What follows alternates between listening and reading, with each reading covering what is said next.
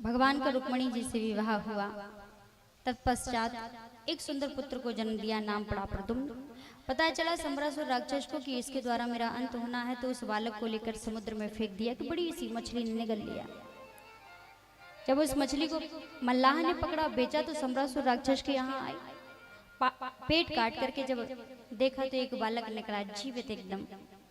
तो एक स्त्री है जिनका नाम मायावती है। वो मायावती आज मायावती पालन पोषण कर रही है एक माँ की तरह, लेकिन बच्चा जब बड़ा हो गया, युवावस्था में पहुंचा, तो प्रद्युम्न ने पूछ दिया कि देवी आपका परिचय क्या है, क्योंकि व्यक्ति का भाव नेत्रों से पता चल जाता है। अगर कोई दुश्मनी का भाव रखे, भले ही ऊपर ऊपर अच्छा कहे, लेकिन अगर दुश्मनी का भाव है ना, तो पता किसी न किसी तरह से चल ही जाएगा।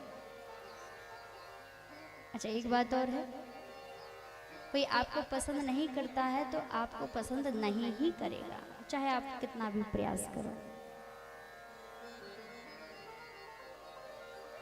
कोई आपसे प्रेम करता है तो प्रेम करेगा, चाहे कितना भी प्रयास करो। लेकिन व्यक्ति का एक बार जो भाव बन जाए बड़ा मुश्किल है उसको बदलना। रुक्मिणी जी पुत्र को जन्म देने के बाद उस पुत्र का सुख नहीं मिला। यहाँ पर उन देवी ने पूरा वृतांत सुनाया कि हमारा नाम मायावती है, लेकिन पूर्व जन्म में मैं आपकी पत्नी थी, मेरा नाम रति। तो यहाँ कैसे आया?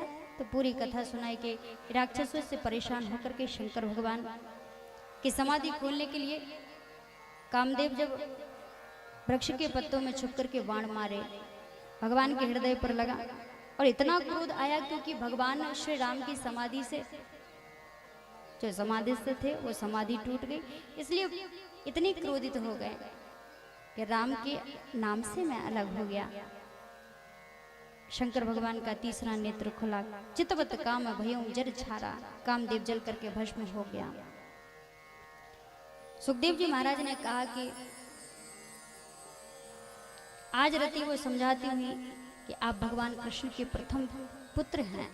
सम्रासुर राक्षस के द्वारा आपका अपहरण हुआ, इसलिए आज उसी के घर में आकर के नमक उसका खा करके इतने बड़े हो गए हैं और आपके द्वारा ही उसका अंत होना है।